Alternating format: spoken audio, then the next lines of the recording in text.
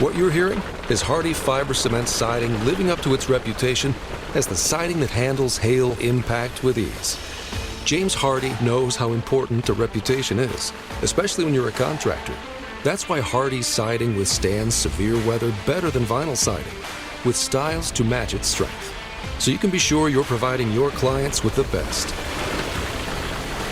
Protect your reputation with exterior products by James Hardie.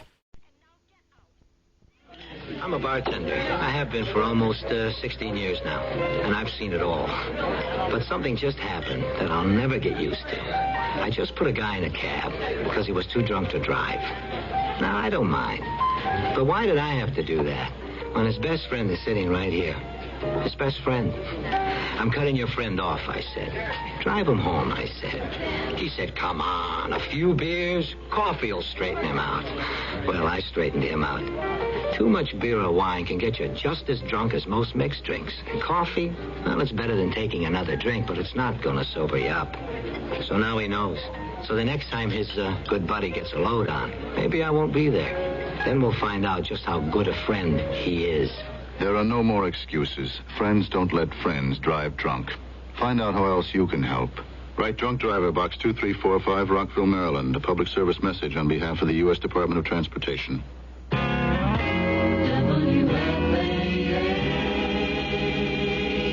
The CBS Radio Mystery Theater presents...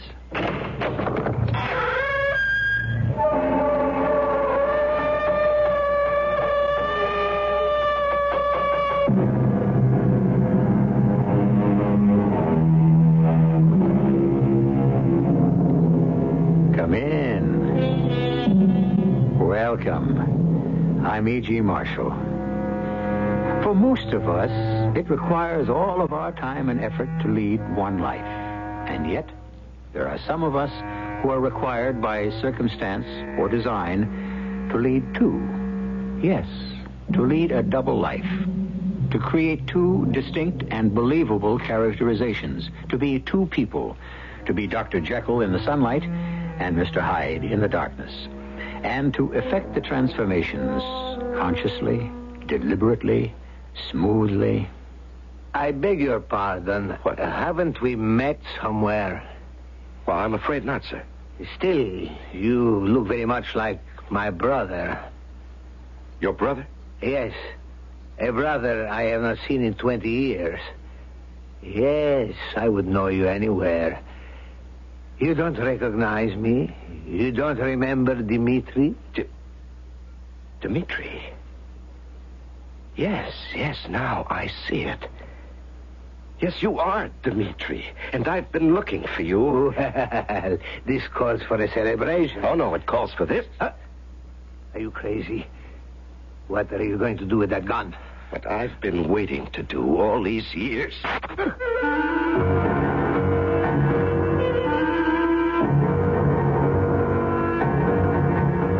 Our mystery drama, The Mortgage, was written especially for the Mystery Theater by Sam Dan and stars Larry Haynes.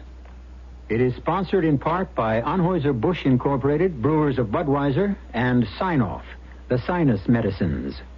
I'll be back shortly with Act One. Isn't it nice to know you're free? To see the things you want to see.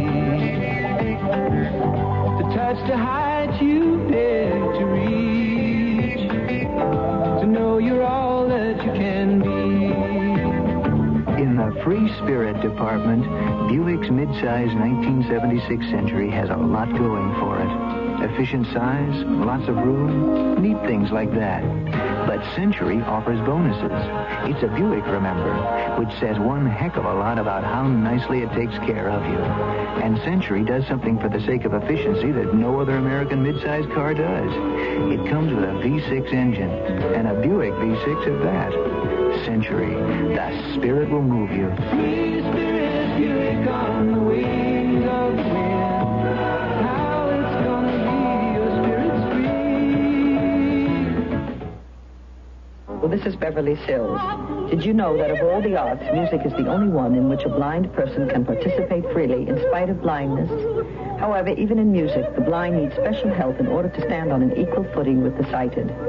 The Louis Braille Foundation for Blind Musicians works to promote the interests of the blind in the field of music. The foundation, a national nonprofit organization, urgently needs your financial help. The services of the Louis Braille Foundation are available to any blind person and provide auditions, evaluations, and counseling, scholarship aid, paid engagements for qualified musicians, and transcription of music into Braille. The foundation depends solely on the public for its support. Send your tax-deductible gifts to the Louis Braille Foundation, 112 East 19th Street, New York, 10003. If you know a musically gifted blind person who needs help, please contact the Louis Braille Foundation at area code 212-982-7290.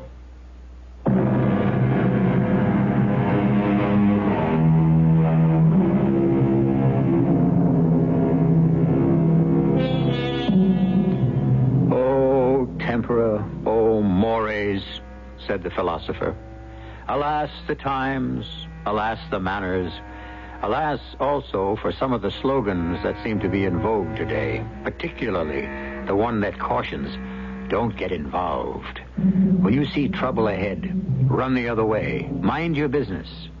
But there are those people who ask, what is my business? Isn't humanity my business? The man's name is Marvin Cooper.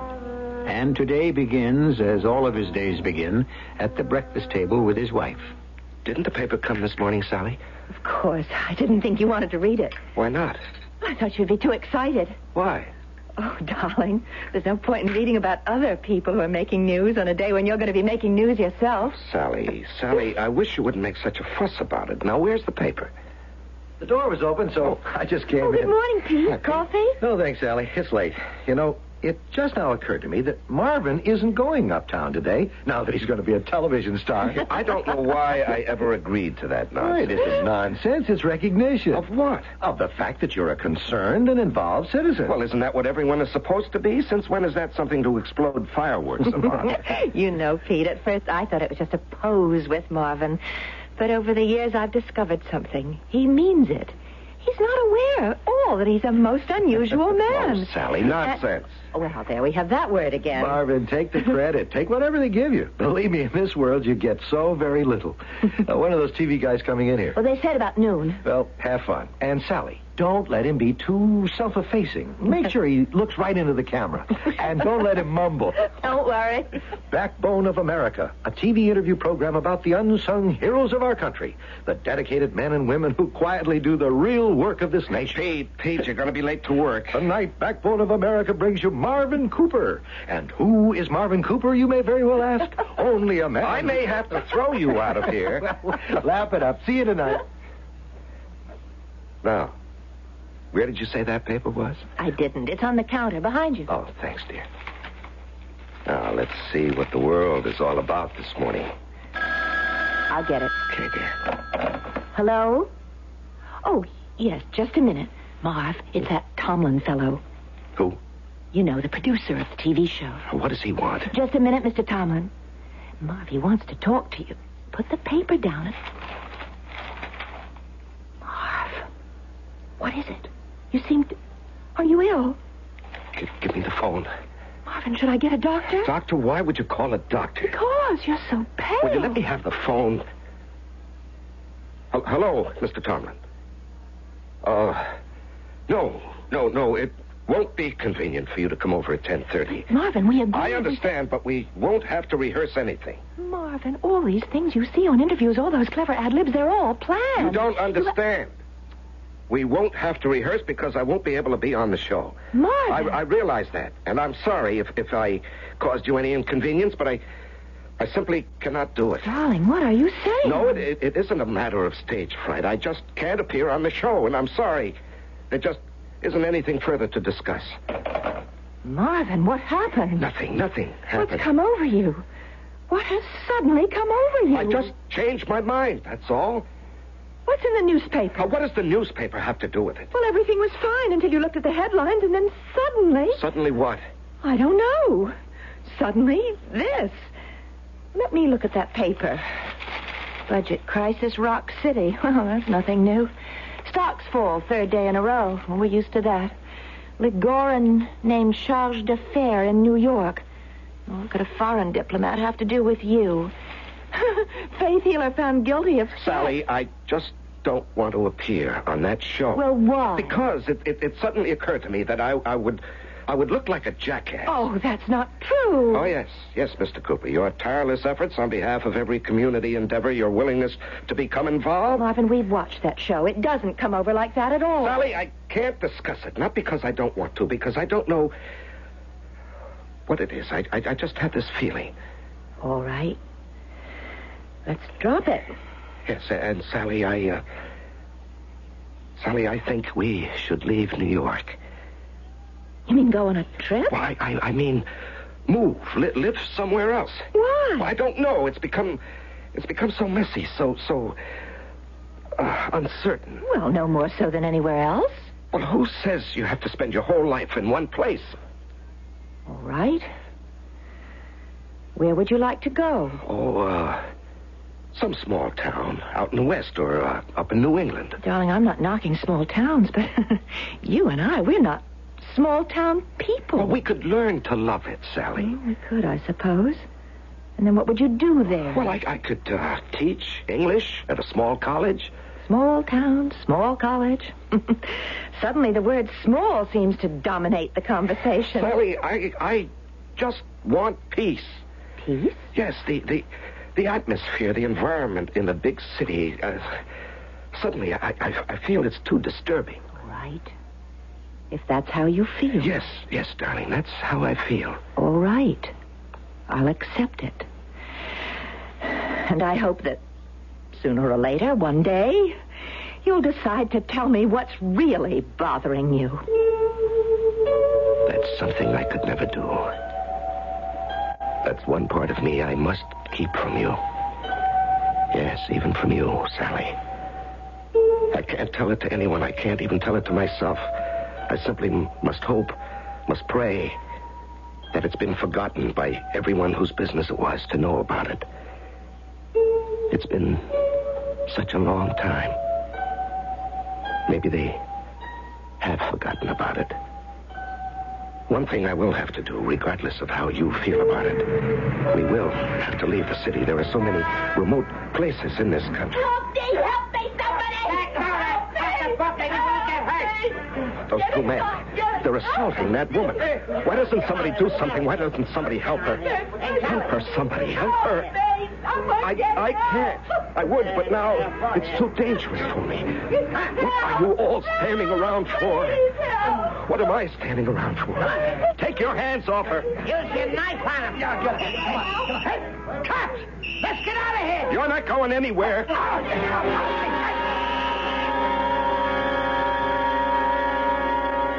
Hey, would you move over, guys? Quiet down. Thanks to Mr. Cooper here, we caught both muggers. Hey, do you spell out with a C or a K? Well, what's your first name? Gentlemen, please.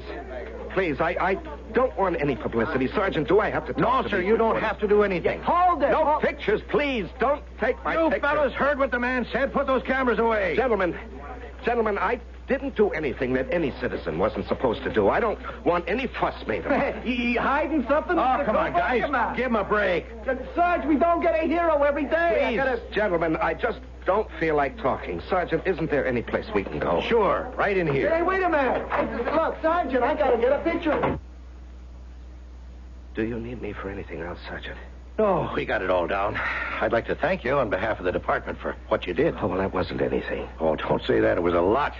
Go out this door. There's an exit out back. You'll give those guys the slip. Do you think anybody took my picture? Well, I saw only one cameraman, Lou Dudley of the Observer. Well, I asked him not to take my picture. Do you think that he might... Well, Lou, you never know. Well, is there any way I can stop him from printing it? Stop him? Haven't you heard? In this country, we got freedom of the press. The Observer. That's on West Broadway. Lou Dudley? Well, it's the bashful Mr. Cooper. Mr. Dudley. Yeah. Did you take my picture back at police headquarters? Yeah? Why? Well, because it's news. I'm a newspaper photographer. Well, could I ask you not to print it? Yeah, you could, but I'd have to ask why. Well, I have my reasons. Okay, let's hear them. My reasons are very private and very personal. Yeah, I'd still like to hear him. You see, I get paid to take pictures of people who make news. You're asking me to cheat my employer. I'm only asking you... I'm only telling you. Explain why.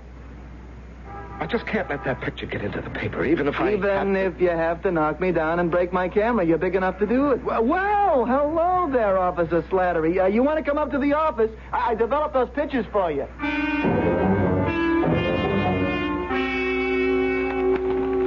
What a remarkable photograph. You look so handsome. We've got to frame this. Damn it. Marvin, what's wrong? I was a fool to jump into that mess. The two of them had knives. But you saved that poor woman's life. She had all of $9 in her purse. $9! All they wanted was her money. Did she have to risk her life and mine for $9? I never heard you talk like this. What's the matter with me, anyhow? Wherever there's trouble, I have to poke my nose into it. I'll get it. No. Marvin. Don't answer that. Well, you don't have to snap my head off. I'm sorry. All right, if you don't want me to answer it, why don't you? Yes, I will. Well? Marvin, what's wrong? Nothing. Hello? Hello, Boris. I'm afraid you've got the wrong number. Oh, no. You're afraid I've got the right number. Boris, it's me, Dmitri. Well, I'm sorry, sir. I'm not who you think I am. Who is it, dear? I don't know. I am sure you don't want me to come to your house, so therefore, Boris, you will meet me at noon at a place called the Seagull Cafe. It's in the East 40s. Be prompt, Boris. We have so much work to do. Hello. Who was it, Marvin? Nobody, darling. It was a wrong number. It seemed a rather involved conversation for a wrong number. I said it was a wrong number. Now, can't we drop it? Sure. Now, where are you taking me to lunch today? Lunch? Oh. Well, darling, I'm sorry, but there's a faculty thing, you see. On Saturday? Well, I usually don't make Saturday appointments, but this particular situation sort of sneaked up on me.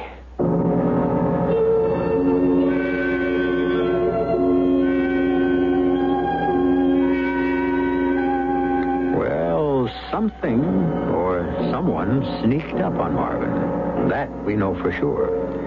And how did his name get to be Boris? Well, by this time, you are starting to make certain assumptions about his past. And you may be right. We shall compare notes when I return shortly with Act 2. There's a special kind of beer. Maybe you know it. Budweiser. It was created nearly a century ago by people who really cared about things, who took pride in brewing a quality beer, no matter what the cost. In time, in ingredients, in anything. Today, the people who brew the king of beer still have that special pride. And every taste of Beechwood-aged Budweiser says so loud and clear. Hear it talking? Ah, when you say Budweiser, you've said it all. Anheuser-Busch, St. Louis.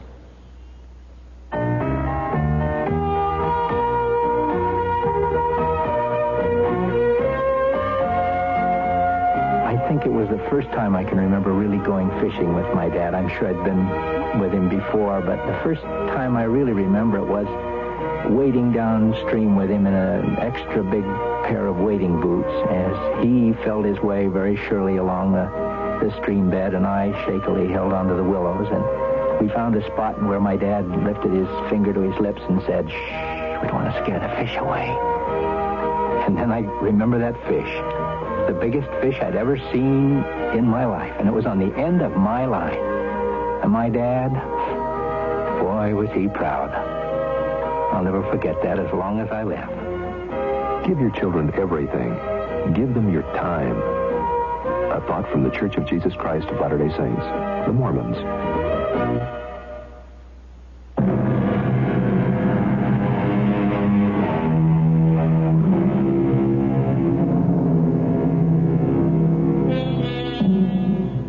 most of us, the past is dead.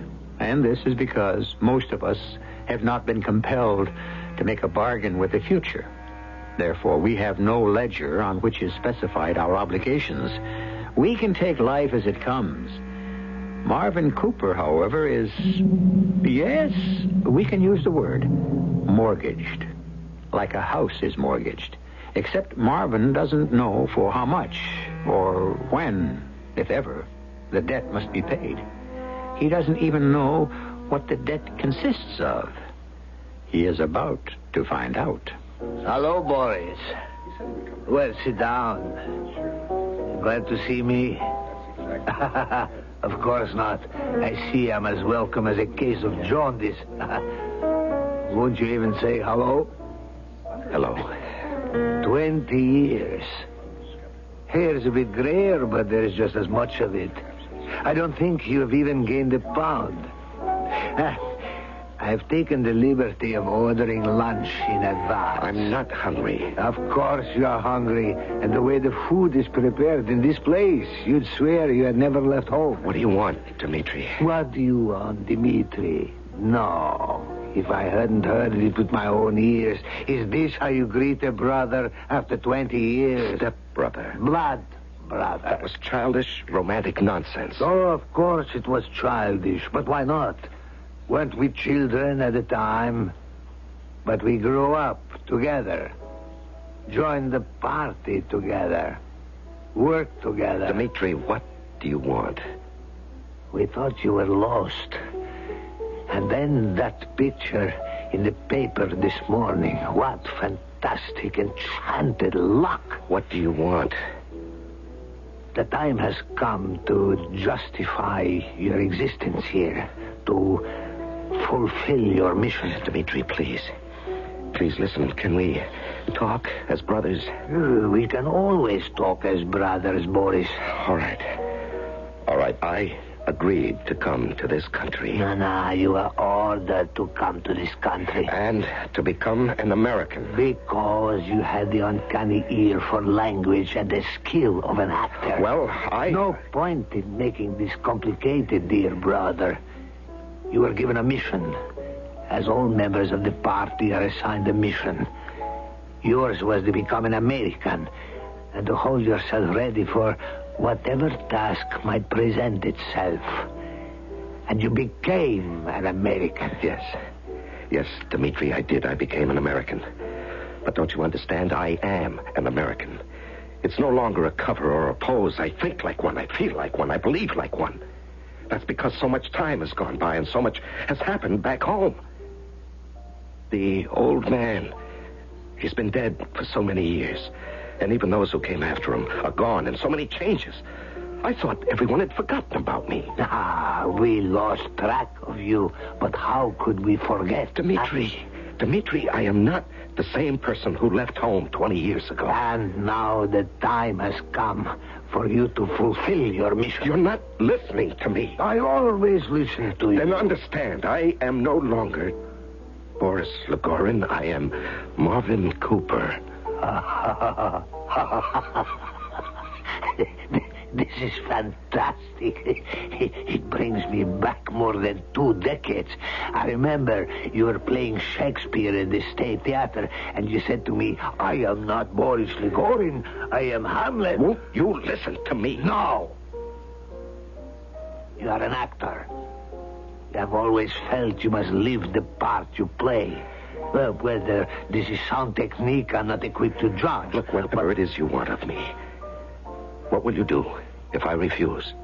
Oh, come now, Boris. You know we could manage to notify the proper counter-espionage authorities here in America and give them proofs that you are one of our agents. Yes, you could do that. Dmitri. My poor Boris. Marvin Cooper is a role, the way Hamlet was a role, but you have played the part too long. Marvin Cooper is a character you have created out of your own pure fantasy. No. Who is real, huh? Boris Legorin or Marvin Cooper? I read the paper this morning. You're a hero. And this is not the first time. You seek danger. You constantly strive to help all sorts of people in every way you can. But why, Boris? I am not good to you anymore, Dmitri. You must understand that. You are creating an heroic part. That is all. You didn't have to do that at home. Life itself was adventure. Life itself was fulfillment. What do you want me to do? First, think. Spend the whole night just thinking. Think of how it was when we were young. Think of how exciting our ideas were. Think of our father. Think of our dreams. Think of Maria. Whatever happened to Maria? She was always pretty. But now she's beautiful. She never married. I think she never got over you. She will always be waiting. Dmitri, I know, my boy, I know. But now, think. Remember. And soon you will realize that you are still Boris Ligorin.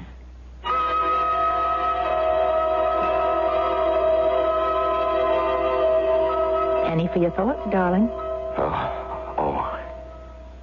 I guess that's all you could buy for a penny these days. My thoughts, that's all they're worth. Now listen, there's this town way upstate in New York. Oh, what about it? Well, they've got a community college. It doesn't pay as much and it doesn't have the prestige of your present teaching job. What are you talking about, Sally?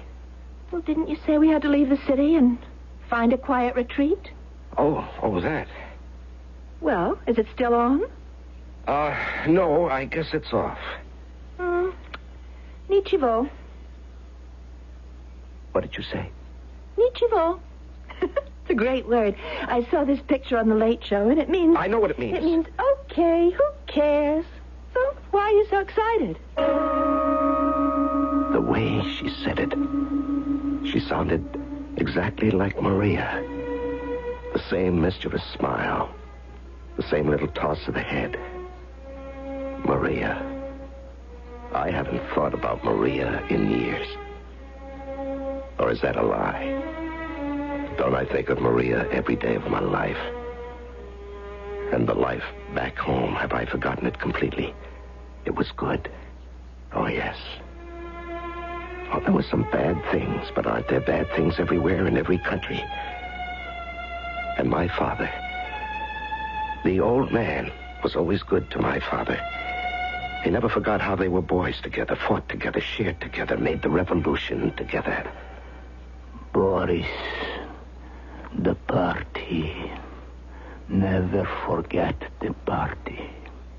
The party is the beating heart, the busy brain of our motherland. Boris, serve the party faithfully.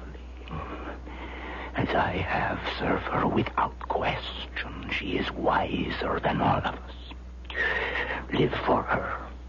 Die for her. But, Father, I'm an actor. Of course. The party is asking me to give up my career. How? Instead of performing on the artificial stage of the theater, the party is asking you to act on the true stage of life. To assume a role that does not end at 11 o'clock each evening. This mission will require all of your talent. And Maria? She will be more useful to the party and our country here at home.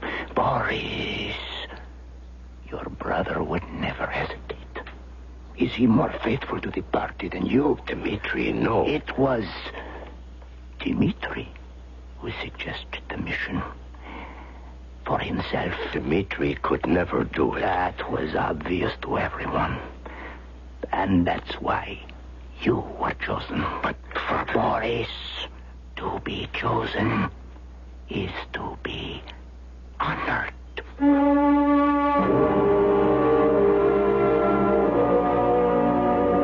Why does it all come back to me now?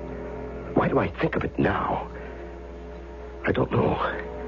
I don't know anything. I don't even know who I am. Boris Legorin or Marvin Cooper.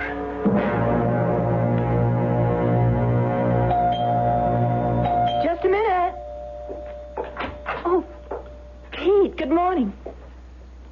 Well, is our bashful all-American boy ready? Do we have time for a cup of coffee, Pete? Sure, if you want to get caught up in all that East River Drive traffic. You know, Pete, I don't hear you grousing and griping about that job of yours anymore. Yeah, that's right. Well, have you finally made management see things your way? No, but I've decided to do something concrete. Such as? Such as something that'll settle a few old scores. Sounds grim. You should know the half of it. Well, Professor, you ready? We off? Well, it's early. I want to talk to you about something on the way uptown. Oh? Oh, excuse me. Hello? Yes, hello. Oh. Who is it, dear? It's from the dean, darling. He wants to talk about a new examination schedule. Have you found yourself? I don't know. Your work will start immediately this morning on the drive uptown. What's that? Your friend Peter Anderson is there. Yes. What would he have to do with anything? Oh, but he has to do with everything. Well, I'm not sure I He understand. has a certain problem. We have advised him to discuss it with you. With me? And so this morning, you will listen sympathetically. And that will be all for today.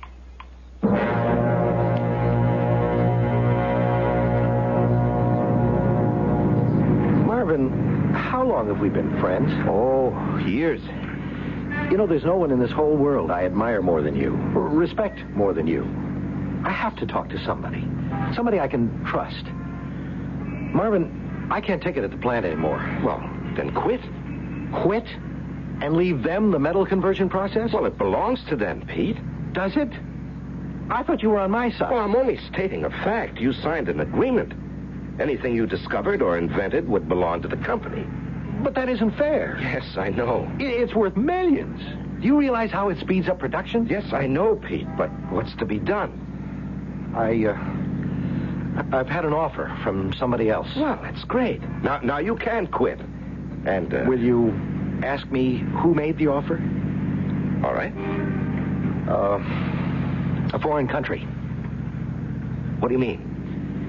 I mean, I've been asked to defect. I think that's the word. And you know something? My initial reaction has not been to contact the authorities, but to think about it.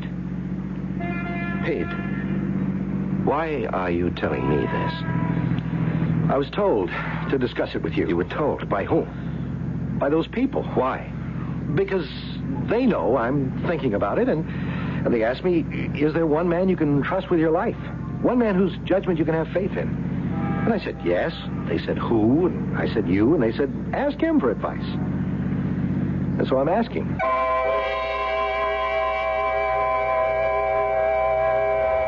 Well, you must admit, life has become a fast and furious affair for Marvin Cooper, or Boris Legorin. And actually, at this point, he really doesn't know which one he is. So many of us are concerned with the search for our identity. Consider our hero. He has two identities to worry about. And as if that weren't enough, here is a brand new problem tossed into his lap.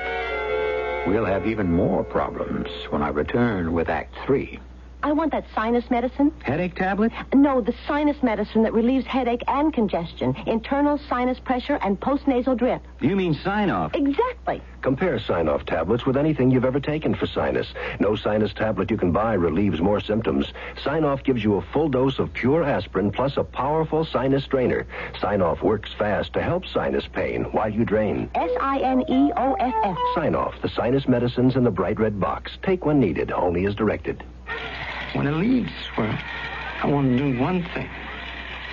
James Harris's ambition is to leave his children a family home. He's going to do it because he and others in Scott, Arkansas, have started a housing cooperative with a grant from the Campaign for Human Development. I mean, I leave him no money, but I can leave him somewhere they can lay their hands. Say this is mine.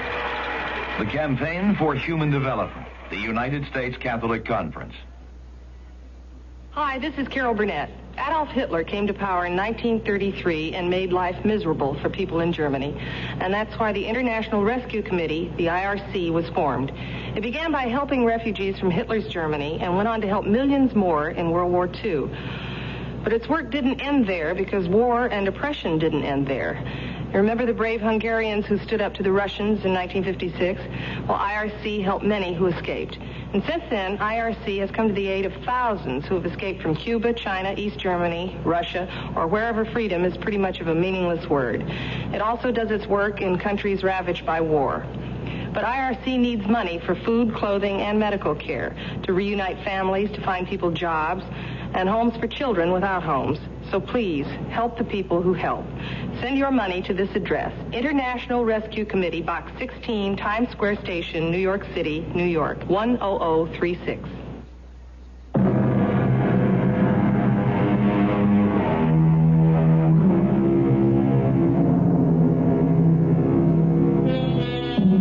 Who is he? For the first 25 years of his life, his name was Boris Legorin. For the past 20 years, he has been Marvin Cooper. He has led 2 full lives and played each to the hilt. Is that the key word? Played? Are both lives an illusion? Is neither of them real? Right now, he can't even think about it. Another problem has been tossed into his lap. But, Pete, why? Why do you tell me this? They said I should. Well, how do they...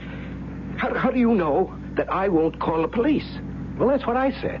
And they said, no, trust him. He's a decent human being. He places friendship above everything. They said, he will tell you the right thing. Pete, I'm not sure I understand. Marvin, I'll never amount to anything here. Well, you make out pretty well. I would be sitting on top of the world. I should be wealthy, famous, respected. Those things are relative. A man of my ability, I am simply not appreciated.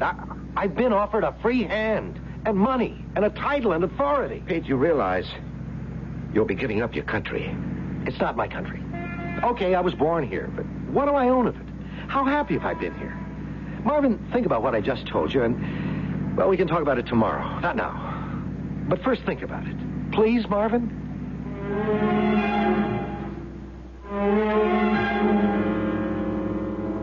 Yes, Boris. This is why you have lived here for 20 years. For this? To encourage this man to defect? What did you think you would be required to do one day? Assassinate some high public official? Steal the plans for a battleship? This thing is more important. But Dmitri... This man, this Peter Anderson, is a production genius. We need men like him. See how it worked out? Discuss it with your best friend, I said to him. And who is his best friend? Why, you. And of course, tomorrow, you know what to tell him. We did not know that your moment would ever come. We did not know what it would be like, but we have prepared for it for 20 years. And now we are ready. It won't work. What won't work? Pete, I know him. He's angry, bitter, frustrated. Of course. Otherwise, would he ever listen? He thinks he deserves position, wealth, fame. Certainly. You can't give him those things. Does it matter? Of course it matters. He won't be much better off than he is now. Ah, that's unfortunate for him. No, for you. Because he'll be so disappointed, so furious that he won't be of any value. As to that, we have ways of encouraging people to work to their full potential. But that's no concern of yours. But Dmitri... The party has made this decision, Boris.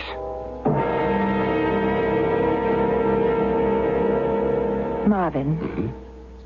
Who is Dmitri Legorin? Well, Sally, I wouldn't know him from Adam. Well, he's a diplomat. And what? What would I know about him? More than you're telling. Oh? And just what does that mean? Well, for over a week now, you've been acting in the strangest way. And it goes back to the newspaper you were reading that morning. The morning you canceled the TV appearance. I don't understand what you're saying. Something you read in that paper. I still have it. Now, the front page. This is where Mr. Legorin is mentioned, and here's his picture. Now, I've eliminated everything else. You're not a bank robber, and you're not concerned with the city bonds and all the other headlines. So who and what could have had an effect on you? Well, we're left with Mr. Legorin. I really don't know what you're talking about. The name Dmitri Legorin means nothing to you? Absolutely nothing.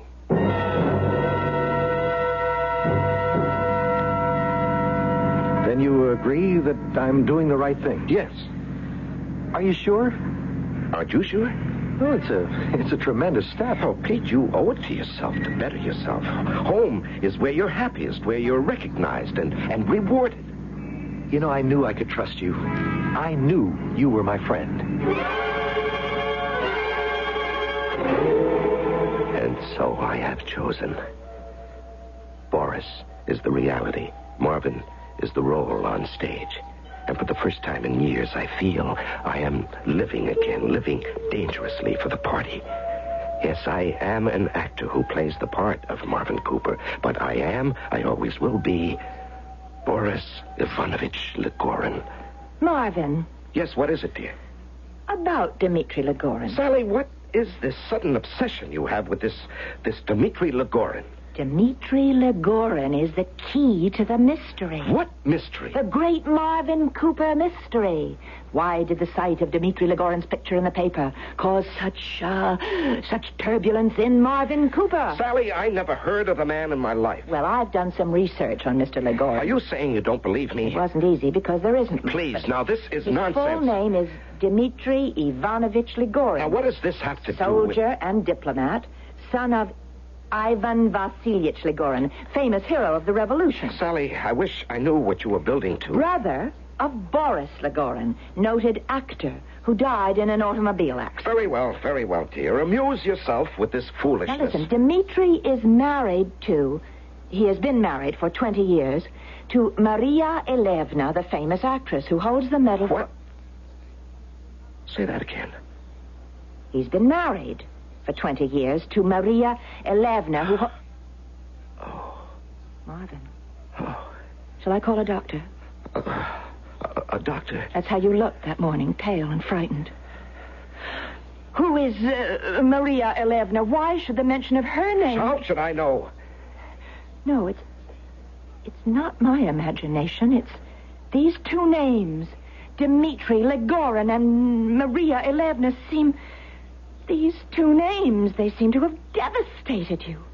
Why? I think I'd like to go for a walk. No, Marvin, we've got to talk. About what? Who is Dmitri Legorin? I don't know. Who is Maria Elevna? I don't know. And now, if you have no more questions... I have one more question. Who are you? What kind of a question is that? I don't know. It's the only one I can ask. Who are you? Since that morning, you're not Marvin Cooper. What do you mean? What do you mean I'm not Marvin Cooper? Well, I don't know any other way to say it. You live with someone. You're together. And then without warning, something happens, and that person suddenly becomes someone else. Who are you? Please, Sally, please. No. That won't help either of us. Something's wrong. Now tell me, Marvin. You can tell me. You can tell me anything. No, I can't.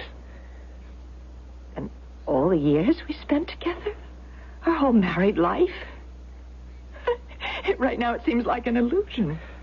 And this closeness that I thought we had is gone?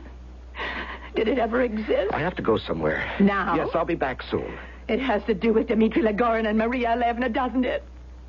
Oh, let me help you. No one can help me. Oh, don't say that. I love you. There are things a man must face You alone. don't understand. I love you. And I love you, too, Sally, but that can't change anything. That won't help anything. When two people love each other... Let there be enough of love.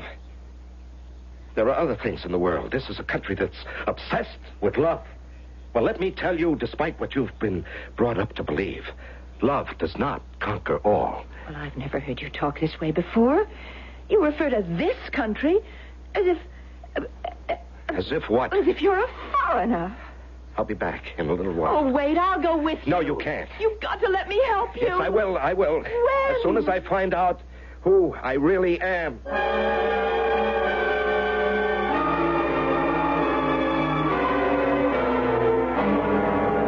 You told me she never married.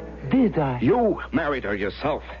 But there was no point in letting her go to waste. And this way, at least, I kept her in the family. You married her 20 years ago. Well, when we planted that fake story of your fatal accident, she was desolated and she needed comfort.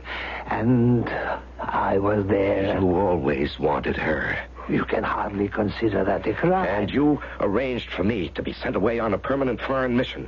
David and Uriah. Ah, how thoroughly Americanized you are. You even quote the Bible. Well, it's true. I did it for the part. You did it for yourself. Marvin! Pete. I rang, but no one answered, and the door was open, so I walked in. Ah, just in time for our appointment. Marvin, what are you doing here? Get out, Pete. If you know what's good for you, you'll leave this place and never, ever come back. Marvin, I don't understand. You advised me to take the job as a friend. I didn't know you were tied up with these people. Get out of here. Oh, no. Not now. I'm sorry. It can't be done. What can't be done? I'm afraid neither of you can leave now. Not you, Peter. Nor you, Boris. Boris? Why did he call you Boris? We're both leaving. You can do your worst, Dmitri. Hey, wait a minute. Now, be careful with that gun. Both of you will remain where you are. Some friends will soon be here, and we will arrange No, Dmitri, it's the end for both of us. Don't take another step, Boris. You won't shoot me. I said don't move. We're brothers, after all. Stay where you are. Brothers don't kill each other. Stop! Marvin, are you all right? No, I'm not. I'm not all right. Dmitri, he looks as if he's dead. Yes. But he shot you, too. Let me call a doctor. No, I don't need a doctor. Just help me sit down. Here. And now, get out of here, Pete. Don't be fond here. But I want to help you. Help me. You can't even help yourself. Guys like you, it doesn't matter where you live, in what country, under which government. You'll never make it. You'll never be anybody. Because you're a chump. Just a poor, hard-working, talented chump. It's the wise guys, like Dmitri, who always wind up on top. I know, because I'm a chump myself. Marvin, let me call an ambulance. Be thankful. You're not starving to death. But, Marvin, you're hurt badly. No. I know. And I'm glad. No, I'm not glad, but I can't think of a better way to listen, Pete. You couldn't have been happy over there, Pete. You'd have been torn, like I've been torn. So many memories of the old times and places. He called you Boris. Who are you? Boris or Marvin? Who am I? Boris or Marvin? I guess I'm both. And I always will be both. And there's no way I can live with that.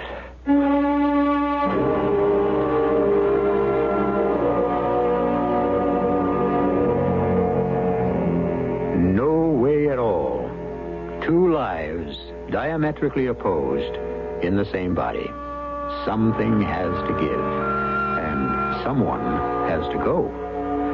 Well, I have to go right now, but only for a few moments, and then I shall return. I have a heart that goes bump bump, and sometimes I can hear it thump. And Daddy says that in my chest I have two things that are the best. They call them lungs, for breathing air. You never see them, but they're there. And if I breathe in air that's clean, I'll grow up like a jumping bean. Whenever I see any smoke, I'll run away before I choke. And something even better yet, I'll never smoke a cigarette. I'll breathe the air that's clean and free, so I can keep on being me. Clear the smoke from your family image and from your lungs. And remember, your kids may never start if you stop. Quitting is tough, but your lung association says it's a matter of life and threat.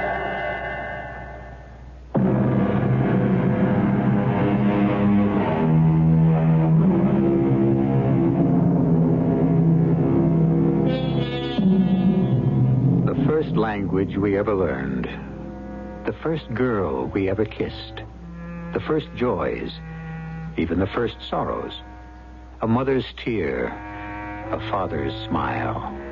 These are the things that make home and country. And because these are the things we can never forget, we can never forget our country either. I mean, the country. Not necessarily who governs or misgoverns it, but the country, the land, the people, and the love. Our cast included Larry Haynes, Marion Seldes, Robert Dryden, Russell Horton, and Robert Maxwell. The entire production was under the direction of Hyman Brown.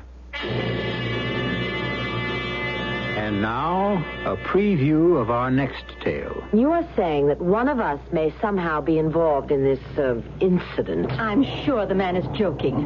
I, for one, care not for a man's jokes. And I say to you again, beware ye who enter Albion's castle. Those of you who would mock this uneasy resting place will perish among these ancient stones. This is holy ground, coveted by the Celtic god. Agreed. But in case the druid god forgets to covet this place, I suggest we send someone for the police. He's right. We should not wait another minute. All right, then it's settled. While the others remain here in guarded silence, one of us will leave immediately and inform the authorities. Yes, Peter. But who? Radio Mystery Theater was sponsored in part by Buick Motor Division. This is E.G. Marshall inviting you to return to our Mystery Theater for another adventure in the macabre. Until next time, pleasant dreams.